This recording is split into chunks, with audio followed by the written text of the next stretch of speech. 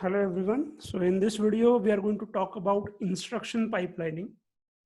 So what until we have learned is we have learned everything about instruction. We have also learned about how instruction execution takes place.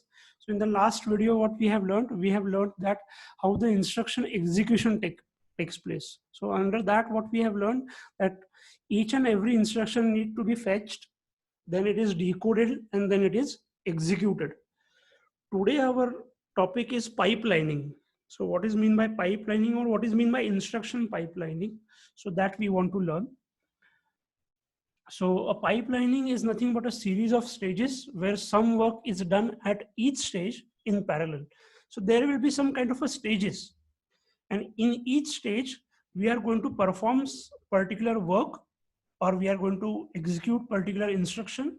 But how these instructions are executed, these instructions are executed in parallel, that we have to understand. See, we can take an example of a water pipeline. So what is mean by a water pipeline? So through a water pipeline we are getting a water at our homes also. But there is a difference. Generally when water is coming through a pipeline, it is coming sequentially. And here we are talking about pipelining concept, but we are talking about doing the work in parallel. Yes. So the stages, whatever stages are there in the pipelining are connected to one another to form a pipe. So all these stages will be connected to one another, and they will form a particular pipe. And instructions enter from one end in the pipe, and it will exit through other end. So it is very much similar to our real life example, that instructions will be coming from one end and will be exiting from the other end. So while learning instruction pipelining, the best case study is of laundry. So in every book you will find this particular case study of a laundry. So what is the case study? Let us try to understand. So let us consider that we are having three machines. One machine is used for washing, the second machine is used for drying, and suppose the third machine is used for folding. Yes. And let us consider that in this particular case study that we require 30 minutes for washing, 40 minutes for drying, and 20 minutes for folding the clothes. And exactly we are having one washer, we are having one dryer, and we are having one folding station. So let us try to understand this case study properly. So suppose now that if we are having four tasks, or we can consider if there are four people, A, B, C, D, and they want to wash their clothes, they want to dry their clothes, and they want to fold their clothes. So how this will be done? Let us see. We are considering here, you are able to see that there are four tasks, or you can consider four people also, A, B, C, and D. Yes. So suppose they want to do the washing, drying, and folding. Let us consider the first task, A task. Now we know that there are three different stations that we are using, or machines we are using. First machine is used for washing, second for drying, and third one for folding. So we know that the first person or first task is coming as A. He will be doing the washing for 30 minutes. Then after that, he will be drying that for 40 minutes, and then it will require 20 minutes for folding. So how much time is required for one task or one person to complete the washing, drying, and folding? So we require 30 minutes plus 40 plus 20, that is nothing but 90 minutes are required for one person or one task to complete. Yes. And then we are considering that after that the second person will come, or second task will come. It will perform in the same way. Again it will require 90 minutes. Then again the C task is coming, again 90 minutes are required, and again D task 90 minutes are required. So if we consider this case study, so we have started suppose at 6 p.m. Yes. So all the four tasks will be completed at 12 in the midnight. So total six are required for performing only 4 tasks. This is what? This is nothing but a sequential processing of task. Here we are trying to perform all the tasks in a sequential manner. How sequential? First we will complete A, then B, then C, and then D. Suppose the same thing if we are trying to do in a parallel, let us see what happens. So under pipeline laundry, what is happening? Look at the diagram. So the person A or the task A is coming. The first machine which is used for washing, he will give it for washing. Then 30 minutes are required. Then it will go for drying. When the A task is performed on drying machine, at the same time the B task is using the washing machine. Then again, so everything is done in parallel over here. You are able to see in the diagrams that we are trying to do all the tasks in parallel. And automatically what is happening over here, that we have started at 6 p.m. and all the tasks are performed till 9:30. So you are able to see that if you are using a sequential processing, it requires 6 hours. Whereas if you are doing in parallel, you are requiring only 3.5 hours for processing. So that is what the advantage of pipelining is there. So this is the case study for pipelining. Same thing we are going to use in computers. Whatever example we have seen, same thing we are going to implement for instruction execution. Yes. So what do you mean by pipelining? So pipelining is nothing but a way by using which we are going to speed up our instruction execution on a processor.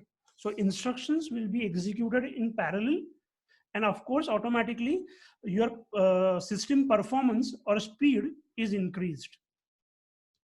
So what are the different things that we are performing? Last time in the last lecture also we have seen this. In the last video also, in instruction execution we have learned this, that generally what is the first step? So we are performing fetching of an instruction from memory, then decoding and executing the instruction. And we require sometimes reading the memory to get the input and writing the result back to the memory. So all these stages or steps are performed for every instruction. So instruction execution process lends itself naturally to pipelining. So automatically this pipelining is used in the computer. So overlapping of fetch, decode and execute will be there, like whatever we have seen in the case study. So here there are 6 operations that we are performing basically. First one is a fetch instruction, FI, we are going to call it in short as FI. Then decode the instruction, DI, calculate the operands, CO, fetch the operands, FO, execute the instruction and write the result. So what we are going to do is we are going to overlap these operations. So what is mean by instruction fetch? We know that instruction fetch is a stage which is responsible for obtaining the instruction from the memory. So here we are taking the instruction from the memory and we are storing it somewhere. Yes. And while doing that, there are various registers which are updated. Same goes for decoding the instruction. We know that what is mean by decoding. So in decoding stage, we are going to decode the instruction and send out the various control lines to other parts of processors. Calculating the operand is nothing but we are having operands in the instructions. So by using ALU, we are going to perform the arithmetic and logical operations on the operands. Fetching the operands and executing the instruction. So the FO and EI stages are responsible for storing and loading the values to and from memory. So here we are going to fetch the operands from the memory, or we are going to again execute the instruction, or we are going to send values back again to the memory. So in this way, these stages works. Last one is writing the operands. So here we are going to write the result of the calculation or memory access or input into the register file. So all these operations we are performing. So here is the flowchart for that. So here you are able to see that the first stage is performed, fetching the instruction, then decoding the instruction, then calculating the operands. After that, generally, a program may contain branching instruction. So if there is an unconditional branch, if it is no, then we are going to fetch the operands, then we are going to execute the instruction, and then we are going to write the operands. Yes, but if suppose there is a conditional branch, means the address or the processor is sending you to some another memory location. If it is yes, then we are going to update the program counter register and then empty the pipe. Or if there was nothing like that, if there was a branch or interrupt, again we are going to update the PC, empty the particular pipe, and again we are starting back with the first step. So what we are doing is, this particular thing, flowchart shows us that how the instruction pipeline is there, or how the stages are being performed. And this is the timing diagram for instruction pipeline operation. So you are able to see that whatever we have seen in the laundry case study, same thing is done over here.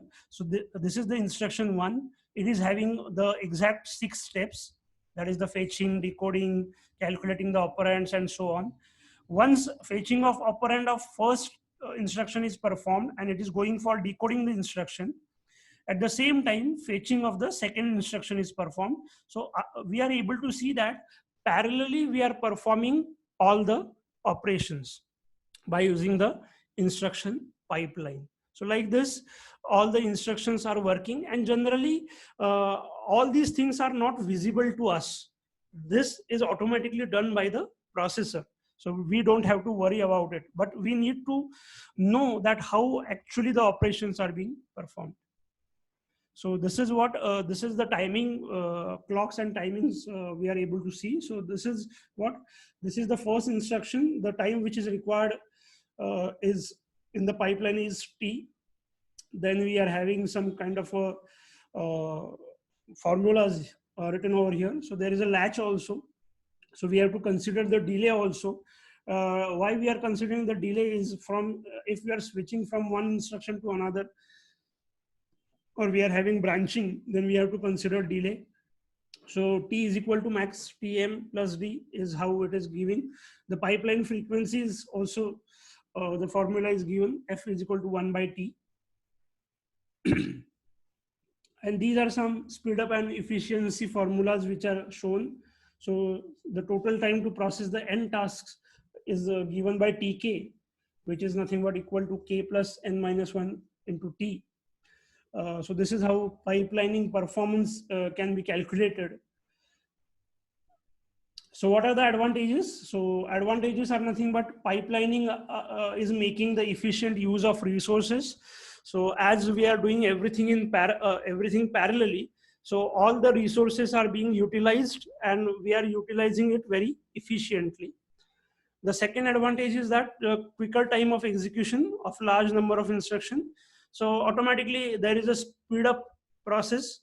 Automatically your computer is speeding up all the things. So the time of execution is quicker as everything is done in parallelly.